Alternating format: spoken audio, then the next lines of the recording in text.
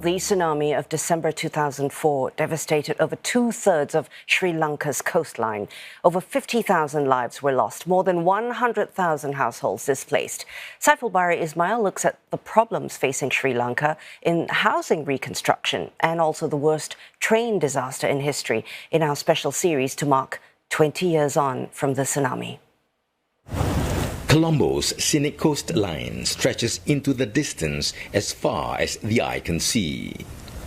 The capital city of Sri Lanka is situated on the west coast and was fortunate to escape the devastation of the Boxing Day earthquake and tsunami 20 years ago.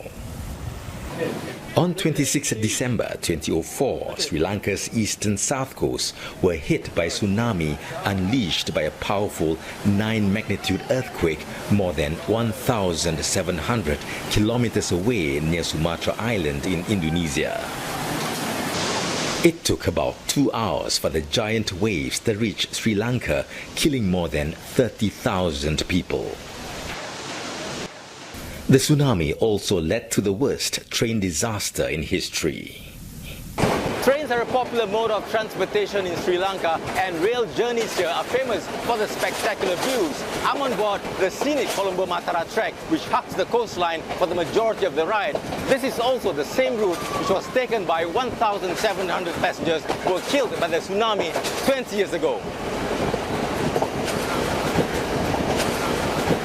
The train was forced to stop in the village of Paralia when the tracks were inundated following the first tsunami wave.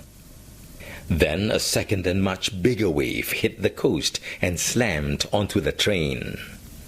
The water started to flood the packed carriages and passengers began to panic as the water level rose. Many tried to climb to the roof above the waterline. Minutes later, the third and largest wave arrived, uprooting the carriages and drowning many passengers inside. People living in weakly constructed settlements close to the shore were the worst affected by the tsunami. Over 80,000 homes were destroyed and more than 1 million people were displaced in Sri Lanka.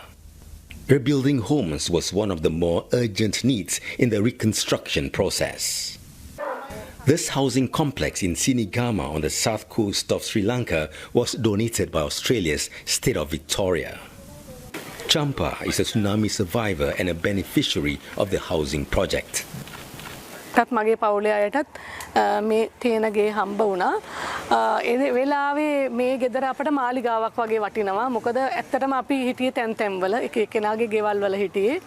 එතකොට එහෙමත් ඉන්න වෙලාවක මේ ගේ හම්බ වුණාම ලොකු සන්තෝෂයක් ආවා. කියන්නේ ලෝකේ තියෙන ලස්සනම ගෙදර හම්බුනේ අපට වගේ හැඟීමක් තමයි ආවේ. However, not all housing projects were successful. Hamida is the beneficiary of a housing scheme in Norosholai in Ampara district, which was one of the worst hit areas by the tsunami. 20 years after the tsunami, and the 62-year-old has yet to receive a house. இந்த ஊட்ட நம்பி வாழ்ந்தோம். ஐயா ஊடு தார மட்டுக்கு இது வரைக்கும் இல்லை. 20 வருஷம் இன்னமும் ஐயா தார மட்டுக்கு இல்லை. நாங்கள் இந்த 20 வருஷம் பட்டிக்க கஷ்டம். குமரிகள் புள்ளிகள் கட்டு மாலிசப்பட்டு எல்லா தலையும் மாலிசப்பட்டு கஷ்டப்பட்டு தான் இன்றைக்கு பிரிக்கும். Earlier this year, the CNE team visited the Norocholai housing complex near a remote sugarcane plantation and had to film discreetly due to the sensitivity of the matter. There are 500 houses in the complex funded by the Saudi Arabian government to assist families displaced by the 2004 tsunami.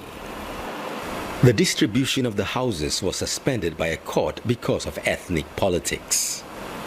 In October, Sri Lankan authorities finally gave instructions to hand over the houses to the beneficiaries. When you go to an area and are going to start a project, you should understand the culture, the diversity, and the nature of the area. So that kind of transparency and interaction was not here. All of a sudden you start huge project in an area, and there are doubts from people because this in Sri Lanka, this post-war politics is highly polluted with this ethnocentric politics. The non-governmental organization, the Foundation of Goodness, tries to steer clear of ethnic politics, providing equal assistance to all.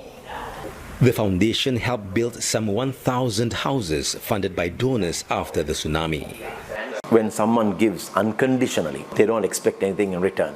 But we still, go back and tell them what we did with their generosity. But on the other hand, when someone expects us to deliver something, we deliver it beyond what they expected. It's other people's money.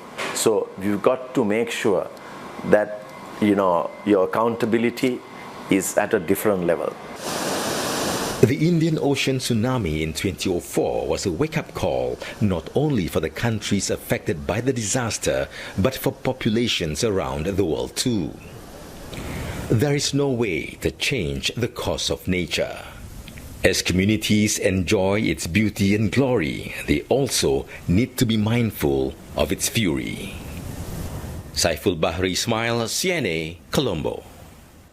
And there's so much else to talk about when it comes to that tsunami. So please catch CNA's 4-part documentary on the 2004 Indian Ocean tsunami. It's called The Waves That Changed Us. It's on CNA Insider's YouTube channel. And our week-long special coverage also continues here. In fact, tomorrow we're going to be taking a closer look at Indonesia, which bore the brunt of the disaster.